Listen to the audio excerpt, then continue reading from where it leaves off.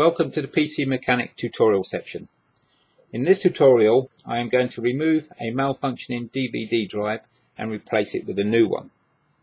Now you'll notice in this machine that the DVD drive is fitted in this drive bay here, and the DVD drive is connected to the system by a 80 wire 40 pin IDE cable here and a 4-pin Molex power cable here.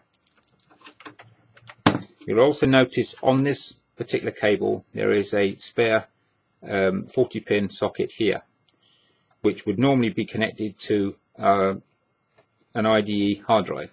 As this particular PC is fitted with a SATA hard drive which is connected to the system with a SATA cable here. So the only thing on this IDE cable is the DVD drive. Now the DVD drive itself is held in place by these clips here, which means the DVD has to be removed through the front panel. So first of all we need to remove this front cover.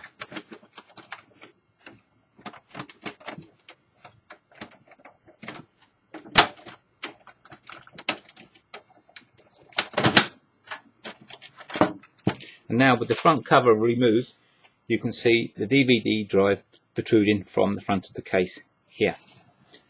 So the first thing we need to do is to remove the cables from the back of the DVD drive. That's the Molex cable and the IDE data cable. Now with the cables removed, just lift this clip up slightly and pull the drive out through the front. And that's that drive out of the way. Now the one we're going to replace it with is this DVD rewriter here.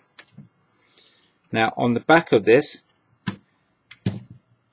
you will see the 4-pin Molex power cable and the 40-pin IDE connection here, which is its data cable. There are also 3 extra sets of pins here which are for the jumpers.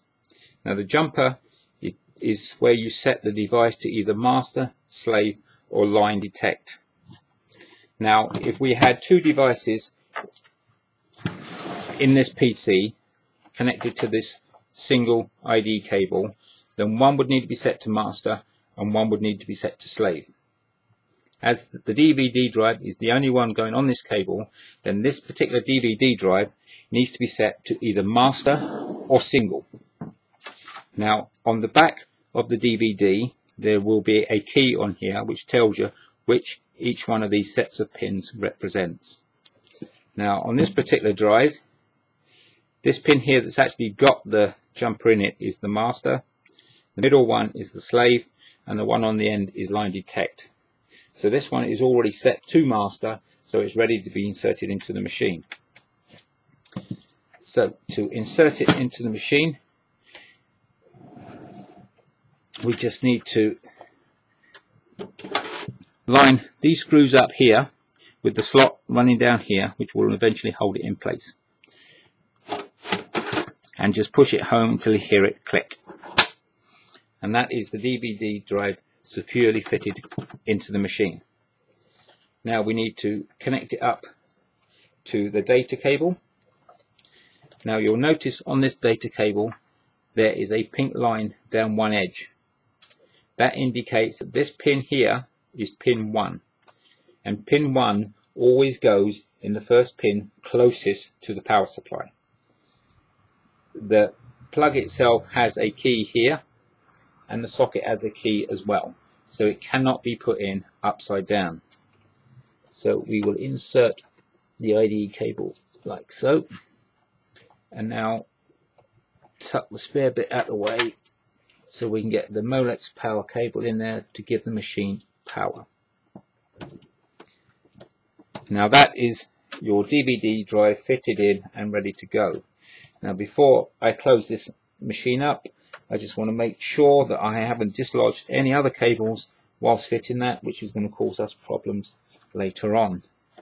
Everything in there seems fine, so now we just need to put the front cover back on.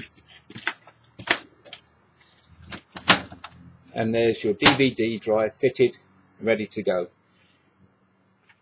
Thank you for watching this tutorial, and I will see you in the next one.